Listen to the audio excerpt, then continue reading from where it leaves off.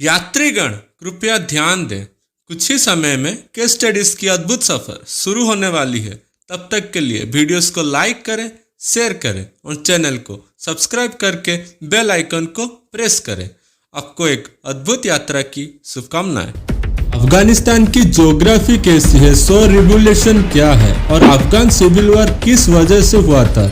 अगर आप इन्हीं सब सवालों के खोज में हैं तो ये आज का वीडियो आपके लिए है। Welcome to our channel case studies.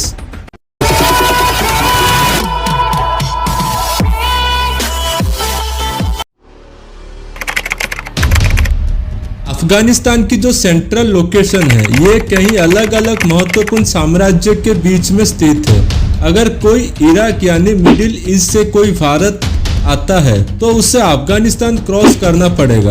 अगर पूरे यूरेशिया वाले हिस्से से कोई आना चाहता है तो भी उसे अफगानिस्तान क्रॉस करना पड़ेगा। और सिकंदर भी अफगानिस्तान क्रॉस करके ही भारत आया था। और अगर भारत से व्यापार करना है आपको यूरोप और एशिया के बीच में तो भी आपको अफगानिस्तान से ही मुमकिन है। इसलिए अफगानिस्तान पर आक्रमण करना बहुत ही आसान है, क्योंकि इनकी ज्योग्राफिकल ट्रेडिशनल कंडीशन की वजह से उनके आपस में ही ट्राइबल के बीच में एकता नहीं है। आपस में ही कई सारी झगड़ा हो जाती है। लेकिन अगर आप आक्रमण करके जीतने का सोच रहे हैं तो बहुत ही नामुमकिन है और इसमें शासन करना इम्पॉसिबल है। आज तक कोई भी फॉरेन पावर लंबे समय तक शासन नहीं कर पाया है। ये हिंदू कुश माउंटेन है। यह अफगानिस्तान को बीचों बीच दो हिस्सों में बांटती है और ज्यादातर हिस्सा पहाड़ी और रेगिस्तान से घिरा हुआ है। और यह है अफगानिस्तान का एथनिक ग्रुप। इनमें से सबसे बड़ा ग्रुप है पश्तून 42%। इनके बाद ताजिक, हजारा और उज़्बेक जो कि 4 सबसे मुख्य ग्रुप हैं। इस मैप में जो हरा यानी कि जो लाइट ग्रीन वाली पार्ट देख रहे हैं ये पश्तून का पॉपुलेशन है और इसका आधी आबादी पाकिस्तान में भी है। और जो लाइन अफगानिस्तान और पाकिस्तान को डिवाइड करती है उसे डूरेंट लाइन कहते हैं। वही डिवाइड एंड रूल अंग्रेजों वाली पॉलिसी यहाँ पे भी अपनाया गया है। अगर रूल नहीं कर पा रहे हो तो डिवाइड कर दो। वाह, अच्छा एक बात बता दूं, ये बॉर्डर को कोई मानता ही नहीं। कभी भी आसानी से क्रॉस किया जा सकता है। कोई मार्किंग नहीं, कोई फेंसिंग ही नहीं है। अब ये तो ग्रेट गेम क्या है। ग्रेट गेम ये एक जियोपॉलिटिकल गेम था। ये game British empire versus Russian empire के बीच में पूरे एशिया पे कब्जा जमाने की क्रेज एक ट्रेंड सी बन गई थी। अगर आप देखेंगे ये रहा रशिया। अगर रशिया अफगानिस्तान पर कब्जा करता है तो उसे सी एक्सिस मिल जाता ताकि व्यापार करना आसान होता। और ब्रिटिश एम्पायर नहीं चाहता था रशिया यहाँ पे कब्जा करे और रशिया का इन्फ्लुएंस बढ़े। 1919 में एक ट्रीटी साइन होती है ब्रिटिश एम्पायर और अफगानिस्तान के राजा के बीच और उसके बाद से अफगानिस्तान को इंडिपेंडेंट माना जाता है।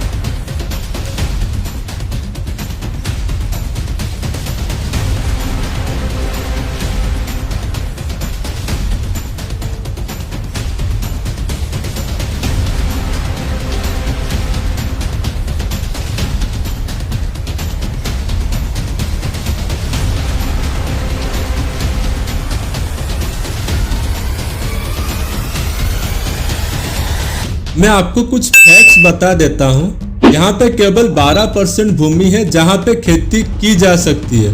काफ़ी एरिड इलाका है और थोड़ा सा लाइफ यहाँ पे मुश्किल सा है। अफगानिस्तान दुनिया का सबसे बड़ा ओपियम उत्पादक देश है। दुनिया के लगभग 90% हेरोइन तो अफगानिस्तान के ओपियम से ही बनता है। अफगानिस्तान और पाकिस्तान को खैबर पास जोड़ता है जो पेशावर के पास स्थित है।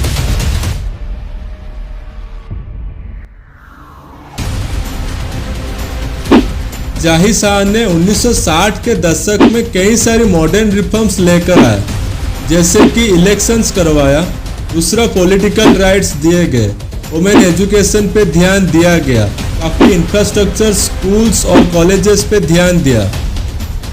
लेकिन 1973 इन्हीं की भाई दाऊद खान ने इन्हें सत्ता से हटा दिया। और दाऊद खान खुद ही प्रेसिडेंट और प्राइम मिनिस्टर दोनों ही बन गए। इन कुछ ही सालों में इनका भी तख्ता पलट कर दिया गया people democratic party of Afghanistan के द्वारा, यानी कि PDPA।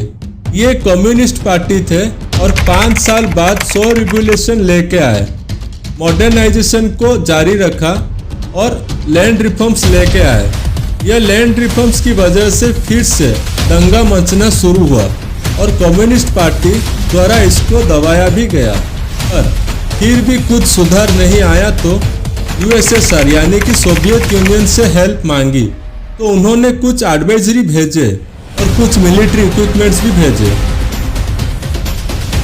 कुछ ही समय बाद स्थिति खराब होने के बाद अफगानिस्तान को खुद अपनी आर्मी भेजनी पड़ी और अगले 10 साल तक 1979 से लेकर 1989 तक लड़ाई लगते रहे। तो भी थोड़ा सा डाउट होगा कि USSR ने आखिर आर्मी क्यों भेजी। एक्चुअली में PDPA जो पार्टी थी इनकी आपस में ही तख्ता पलट हो जाता था और जगह जगह लैंड रिफॉर्म्स और मॉडर्नाइजेशन की वजह से विद्रोह हो रहा था और बहुत बड़ा डर यह भी था कि सेंट्रल एशिया में इस्लामिक रिवॉल्यूशन स्प्रेड हो जाने का, तो इसलिए सोवियत यूनियन ने अपनी आर्मी भेजी ताकि कंट्रोल में ले सके। क्रिसमस इवनिंग 24 दिसंबर 1979 को सोवियत आर्मी अफगानिस्तान में आ पहुंची। जैसे ही पहुंचती है तब दुनिया भर के 34 मुस्लिम नेशंस और UN जनरल असेंबली इसका विरोध किया, कड़ी निंदा भी की और सोवियत आर्मी पूरा सिटीज और कम्युनिकेशन सिस्टम्स पे कब्जा जमा लिया। लेकिन अफगानिस्तान की ज्योग्राफी के कारण रूरल एरियाज में कब्जा करना नामुमकिन सा हो गया था। अब धार्मिक युद्ध शुरू हो गया सोवियत यूनियन के खिलाफ, क्योंकि सोवियत यूनियन जो थे वो मानते थे कि कोई भगवान नहीं होता और वो ऑफिशियली एथिज्म थे। अफगानिस्तान में जब भी फॉरेन पावर्स का दबदबा रहा है तो ये लोग मिलकर सामना करते थे। जैसे ही फॉरेन पावर्स चली जाती थी तो ये लोग आपस में ही लड़ जाते थे। जब इन लोगों ने लड़ना शुरू किया तब इन लोगों को मुजाहिदीन कहा जाता था। इन जिहादी या मुजाहिदीन को सपोर्ट पाकिस्तान, सऊदी अरब, तुर्की, चाइना और USA ने अपना वेपन्स और पैसे दे के किया। इन मुजाहिदीनों ने गोरिल्ला वारफेयर शुरू किया। ऑब्वियसली पहाड़ी इतने हैं तो गोरिल्ला युद्ध ही होगा। ऐसे भी मैदानी इलाके में इस टाइप की युद्ध पॉसिबल नहीं है, ये सिर्फ पहाड़ी इलाके में ही हो सकता है। सऊदी अरब के सबसे अमीर खानदान का एक लड़का था जिसका नाम था ओसामा। आगे चल के इसका नाम ओसामा बिन लादेन पड़ा और खुंकर आतंकवादी की सूची में नंबर 1 पे था। वो भी इस युद्ध में शामिल था। 80 के दशक में 3 पावरफुल वॉरलॉर्ड्स बने, जैसे कि अहमद शाह मसूद जो नॉर्दर्न अलायंस के लीडर बने, फिर तालिबान और फिर अल-कायदा बने। इन्हें USA के द्वारा वेपन्स पाकिस्तान के जरिए मिलता था। स्टिंगर मिसाइल ये एक गेम चेंजर साबित हुई। ये एक portable hand held surface to air missile थी। इससे फायर करके कोई भी प्लेन्स और हेलीकॉप्टर को नीचे आसानी से गिराया जा सकता है। ये वेपन्स अमेरिकन्स द्वारा सप्लाई किया गया था।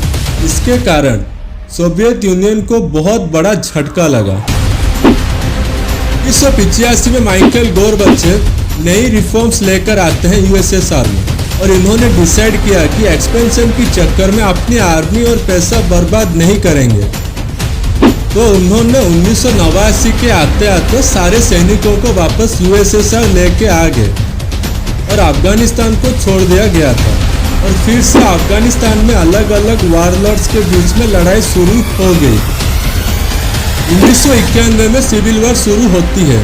सिविल वार का मतलब अपने देश के अंदर ही लड़ाई हो जाना, यानी कि गृह युद्ध। और फाइनली तालिबान उभर कर आती है साउथ के कांधार के आसपास और 1996 तक इन्होंने सारे वारलॉर्ड्स को हराकर काबुल से हटा लिया था। ये 1996 की सिचुएशन थी। ये येलो कलर जो देख रहे हैं यहाँ पे तालिबान का कब्जा था और 9 सितंबर 2001 को मोहम्मद शाह मसूद को असैसिनेट करवा दिया गया। मिलते हैं अगले वीडियो में।